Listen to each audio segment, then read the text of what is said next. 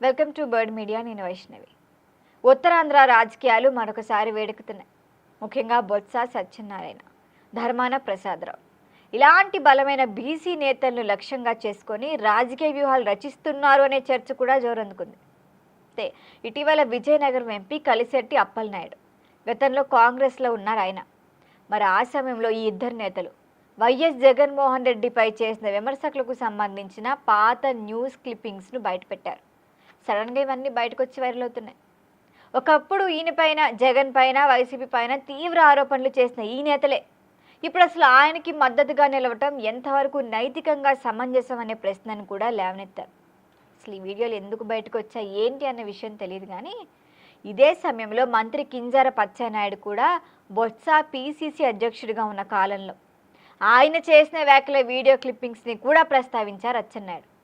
ముఖ్యంగా వైఎస్ఆర్ మరణం తీసుకుంటే అప్పట్లో బొత్స చేసిన వ్యాఖ్యలను తిరిగి తెరపైకి తీసుకురావటమే అన్ని వర్గాల్లో చర్చకు దారితీస్తోంది. ఈ అంశంపై బొత్స రీసెంట్గా ప్రెస్ మీట్ పెట్టి నేను అట్లా మాట్లాడలేదు అని భావోద్వేగానికి లోనే అక్కడ చేసిన డ్రామా దృశ్యాలు కూడా వైరల్ అవటం మనం చూసాం. రాజకీయాల్లో ఖచ్చితంగా అభిప్రాయాల మార్పు, పార్టీ మార్పులు అసాధారణం కావని వైసీపీ వర్గాలు అంటాయి. ఒక దశలో విమర్శించిన నాయకుడిని మరొక దశలో మద్దతు ఇవ్వటం రాజకీయ పరిణామాల్లో సహజమే అని వైసీపీ వాళ్ళు భుజాలు తడువుకుంటున్నారు. అప్పటి సిచ్యువేషన్లు వేరు కదా, కానీ ప్రస్తుత రాజకీయ వాస్తవాలు వేరు కదా. వాటిని ఎందుకు కలిపి చూస్తున్నాడు? పాత వ్యాఖ్యలు తవ్వి తీసి ప్రస్తుతానికి అన్వయించడం సరైంది కాదని అంటున్నారు. మరి అంతేకాకుండా ఇవన్నీ పాత ఆరోపణలే. ప్రజలు కూడా ఈ విషయాలను పెద్దగా పట్టించుకోరని వైసీపీ నేతలు అంటున్నారు.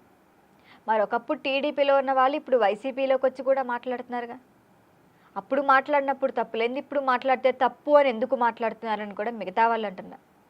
మరి మరొకవైపు ఉత్తరాంధ్రలో బలమైన సామాజిక ఆధారం కలిగిన నేతలు లక్ష్యంగా చేసుకోవటం వెనుక ఖచ్చితంగా టీడీపీ రాజకీయ లెక్కలు ఉన్నాయని కూడా అంటున్నారు. మరి కీలక ప్రాంతాల్లో ప్రభావం చూపే నాయకులపై సందేహాలు రేకెత్తిస్తే అది వైసీపీ పార్టీ అంతర్గత సమీకరణాలపై ఖచ్చితంగా ప్రభావం చూపిస్తుంది కూడా.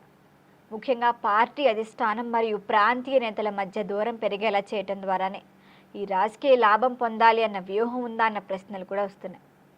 ఒకవేళ దీన్ని ఇంకొక కోణంలో చూస్తే ఉత్తరాంధ్ర సమస్యలపై ఈ నేతలు ఎంతవరకు ప్రభావవంతంగా పనిచేశారు అన్న ప్రశ్న కూడా ప్రజల్లోంచి వస్తోంది.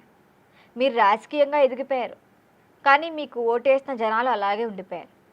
మరి ఆ ప్రాంతానికి స్పష్టమైన అభివృద్ధి ఎక్కడా లేదు. అసలు ఫలితాలు ఎంతవరకు వచ్చాయన్న దానిపైన కూడా ఎక్కడ ఏ సర్వే కూడా లేదని జనాలు మాట్లాడుతున్నారు.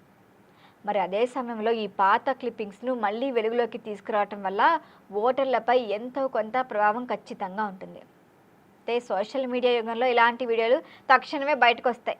నేను మాట్లాడలేదు అని చెప్పటానికి కుదరదు. ఆ మాట్లాడిన వైరల్ క్లిప్ని కూడా బయటికి తీసి రీపోస్ట్ చేయగల సత్తా సోషల్ మీడియా ఉంటుంది. మరి వాటి వల్ల కూడా రాజకీయ ఫలితం ఎంతో కొంత ఖచ్చితంగా నెగిటివే అవుతుంది. మొత్తానికి ఇప్పుడు బొత్స ధర్మానంశం ఉత్తరాంధ్ర రాజకీయాల్లో కొత్త చర్చకే దారితీసింది. ఇవి కేవలం వ్యక్తిగత విమర్శల పరిమితిలోనే ఆగిపోతుందా, లేక ప్రాంతీయ రాజకీయ సమీకరణాలపై దీర్ఘకాల ప్రభావం చూపుతుందా, లేకపోతే టీడీపీ వ్యూహం వీటన్నిటిపై ఫలిస్తుందా, లేకపోతే వైసీపీ ప్రతిస్పందించడంలోనే పరిస్థితి మార్పును తీసుకొస్తుందా అన్న ప్రశ్నలకి మాత్రం రాబోయే రోజులే సమాధానం చెబుతాయి. ఈ బీసీ రాజకీయ సమీకరణాలు, ప్రాంతీయ సమతుల్యత, పార్టీ అంతర్గత ఐక్యత, ఈ మూడు అంశాలపై ఈ పరిణామాలు ఎలా ప్రభావం చూపుతాయన్నది నెక్స్ట్ ఎలక్షన్స్లోనే తెలుస్తుంది. దీనిపైన మరిన్ని అప్డేట్ల కోసం చూస్తూనే ఉండండి బర్డ్ మీడియా.